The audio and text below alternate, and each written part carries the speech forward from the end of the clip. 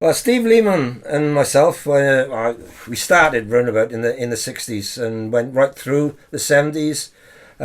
We sort of lost touch in the 80s, and then we reformed it around about 2008 in Time's Up. And it went on from there, maintaining our friendship. But really, I want to go back to the start. In about 1964 was where the friendship was really sort of formed. And it was in a company called Saunders Valve.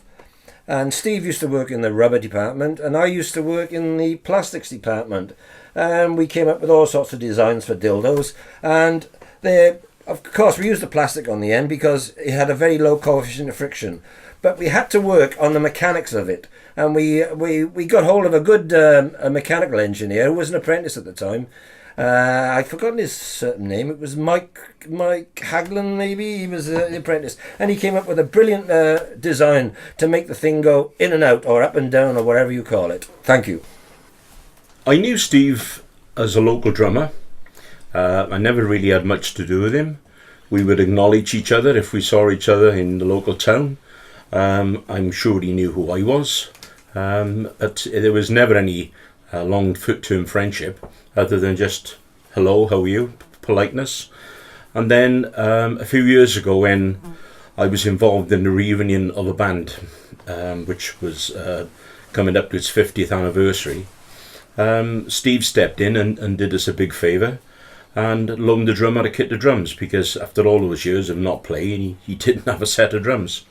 And I got chatting with Steve on the night, and instantly I liked him. And there was something there, there was a little spark. And then Andy, who was the bass player, was also involved in the reunion. Andy suggested to me that I might be interested in doing some keyboard work with a band that him and Steve were involved in called Time's Up. So it really appealed to me, because it meant me going back to my earlier roots of my late teens, early 20s of playing prog rock music.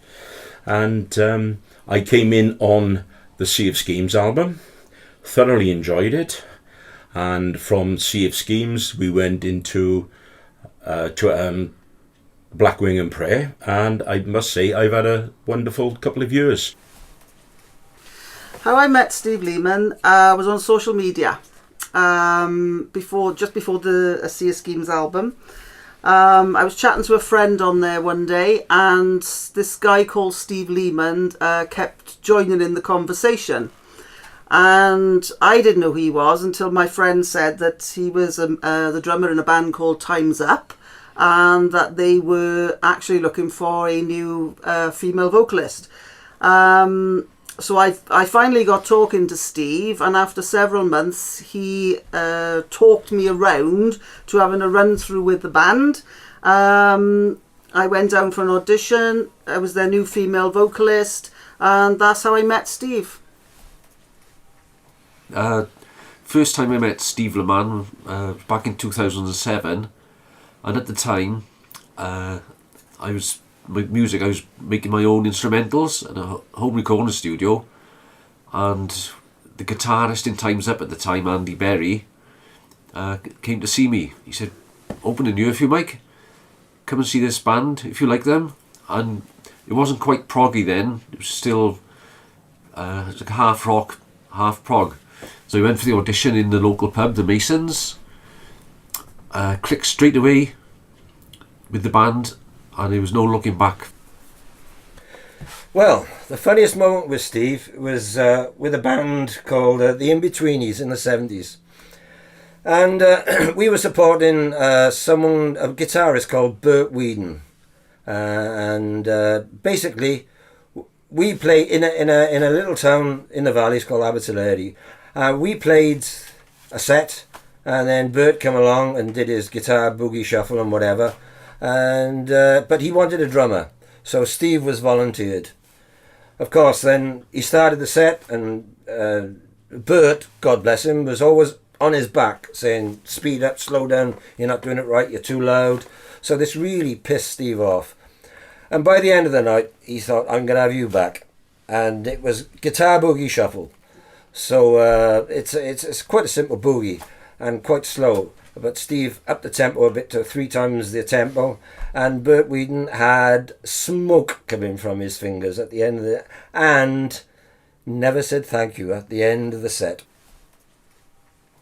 The funniest moment that I can recall between Steve and myself took place at my little rehearsal studio, and I'm a frustrated drummer, always have been, and Steve was doing this particular drum pattern to a song that we were working on, and it didn't really fit in with what we were trying to achieve.